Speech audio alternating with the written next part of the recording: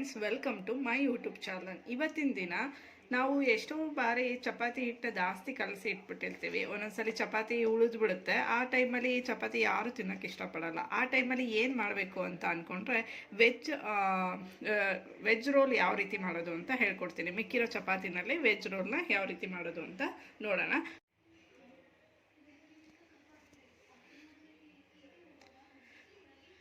ಈಗ ಚಪಾತಿ ವೆಜ್ ರೋಲ್ಗೆ ನಾನು ಸ್ವಲ್ಪ ಕ್ಯಾಪ್ಸಿಕಮ್ಮು ಮತ್ತು ಹಸಿಮೆಣಸಿನ್ಕಾಯಿ ಮತ್ತು ಈ ಥರ ಉದ್ದಕ್ಕೆ ಸ್ಲೈಡ್ ಮಾಡಿರೋ ಅಂಥ ಟೊಮೆಟೊ, ಈರುಳ್ಳಿ ಮತ್ತು ಕೊತ್ತಂಬರಿ ಸೊಪ್ಪು, ಕ್ಯಾಬ್ರೇಜು, ಎಲೆಕೋಸು, ಅದಾದಮೇಲೆ ನೆಕ್ಸ್ಟು ಪೇಸ್ಟು 1 ಟೇಬಲ್ ಸ್ಪೂನ್ ಆಗೋಷ್ಟು, ಅರ್ಧ ಟೇಬಲ್ ಸ್ಪೂನಷ್ಟು ಮೆಣಸಿನ ಪುಡಿ, ಅದಾದಮೇಲೆ ಚಾಟ್ ಮಸಾಲ, ಗರಂ ಮಸಾಲ, ಸ್ವಲ್ಪ ಟೇಸ್ಟಿಗೆ ಉಪ್ಪು.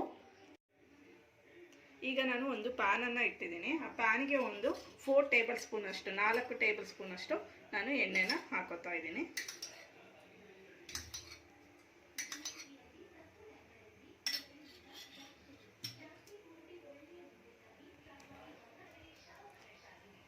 ಎಣ್ಣೆ ಕಾದ ನಂತರ ಸ್ವಲ್ಪ ಸಾಸಿವೆ, ಅದಾದಮೇಲೆ ಏನು ಹೆಚ್ಚಿಟ್ಕೊಂಡಿರೋ ಅಂಥ ಹಸಿಮೆಣಸಿನ್ಕಾಯಿ,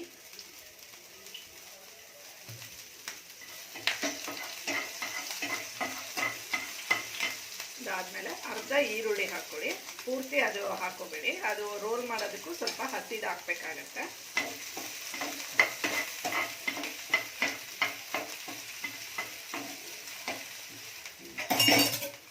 ಈರುಳ್ಳಿ ಆದ ನಂತರ ಸ್ವಲ್ಪ ಟೊಮೊಟೊ, ಕ್ಯಾಪ್ಸಿಕಮ್ಮು, ಕ್ಯಾಬ್ರೇಜು,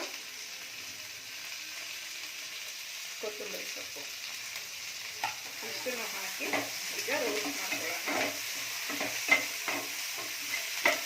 ತುಂಬಾ ಚೆನ್ನಾಗಿರುತ್ತೆ.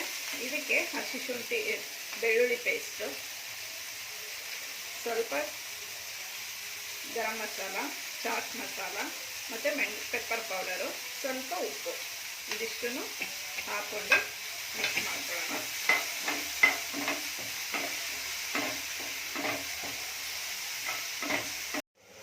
ನೋಡಿ, ಈ ರೀತಿ ರೋಸ್ಟ್ ಆಗಿದೆ. ಇದಕ್ಕೆ ನಾನು ಸ್ವಲ್ಪ ಟೊಮೊಟೊ ಕೆಚಪ್ನ ಹಾಕೋತಾ ಇದ್ದೀನಿ.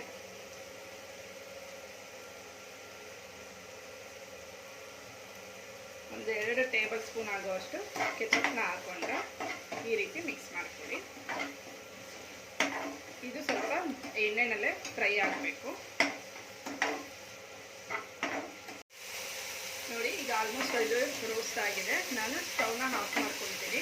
ಒಂದು 3-4 ಚಪಾತಿಗೆ ಆಗುವಷ್ಟು ನನಗೆ ರೋಲಿಂಗ್ ಮಾಡ್ಕೊಳ್ಳೋಕ್ಕಾಗುವಷ್ಟು ನಾನು ಗ್ರೇವಿ ಮಾಡ್ಕೊಂಡಿದ್ದೀನಿ.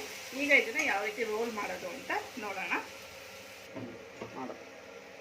ಈಗ ನಾನು ಏನು ಉಳಿದಿರೋ ಅಂಥ ಚಪಾತಿ ಇದೆಯಲ್ಲ, ಇದಕ್ಕೆ ನಾನು ಸ್ಟಫಿಂಗ್ ಮಾಡ್ಕೊಳ್ತಾ ಇದ್ದೀನಿ. ಸ್ವಲ್ಪ ಮಯೋನೀಸ್ ತೊಗೊಂಡಿದ್ದೀನಿ. ಇದು ಅಂಗಡಿಗಳಲ್ಲೆಲ್ಲ ಸಿಗುತ್ತೆ, ಇಲ್ಲ ಮೂರುಗಳಲ್ಲೆಲ್ಲ ಸಿಗುತ್ತೆ. ಈ ರೀತಿ ಸ್ಟಫಿಂಗ್ ಮಾಡ್ಕೊಳ್ಳೋಣ ಎಲ್ಲ ಕಡೆನೂ.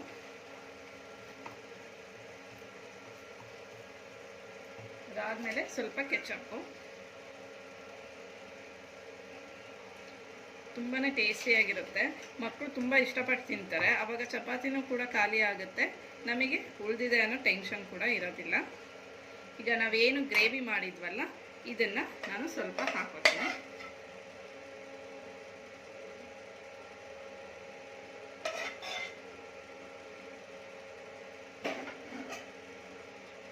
ಹಾಕೊಂಡ್ಮೇಲೆ ನಾನು ಇನ್ನೂ ಸ್ವಲ್ಪ ಉಳಿಸ್ಕೊಂಡಿದ್ನಲ್ಲ, ಅದನ್ನೆಲ್ಲ ಈಗ ನಾನು ಫಿನಿಶಿಂಗಿಗೆ ಹಾಕೋತಾ ಇದ್ದೀನಿ.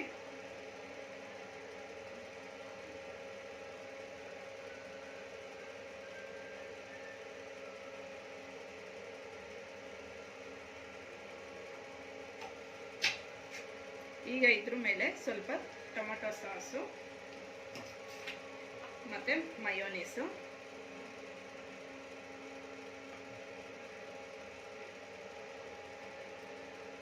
ಈ ರೀತಿ ಹಾಕ್ಕೊಂಡು ಇದನ್ನು ಈ ರೀತಿ ರೋಲ್ ಮಾಡ್ಕೊಳ್ಳಿ.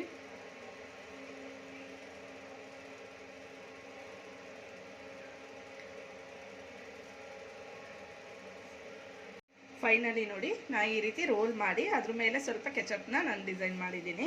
ಇದನ್ನು ಈ ರೀತಿ ಮಾಡಿ ಮಕ್ಕಳಿಗೆ ಕೊಡೋದ್ರಿಂದ ಅವರು ಖುಷಿಪಟ್ಟು ತಿಂತಾರೆ, ಮತ್ತು ದೊಡ್ಡವರು ಕೂಡ ತಿಂದು ಖಾಲಿ ಮಾಡ್ತಾರೆ. ಇನ್ನೂ ಬೇಕು ಅಂತಲೂ ಕೇಳ್ತಾರೆ.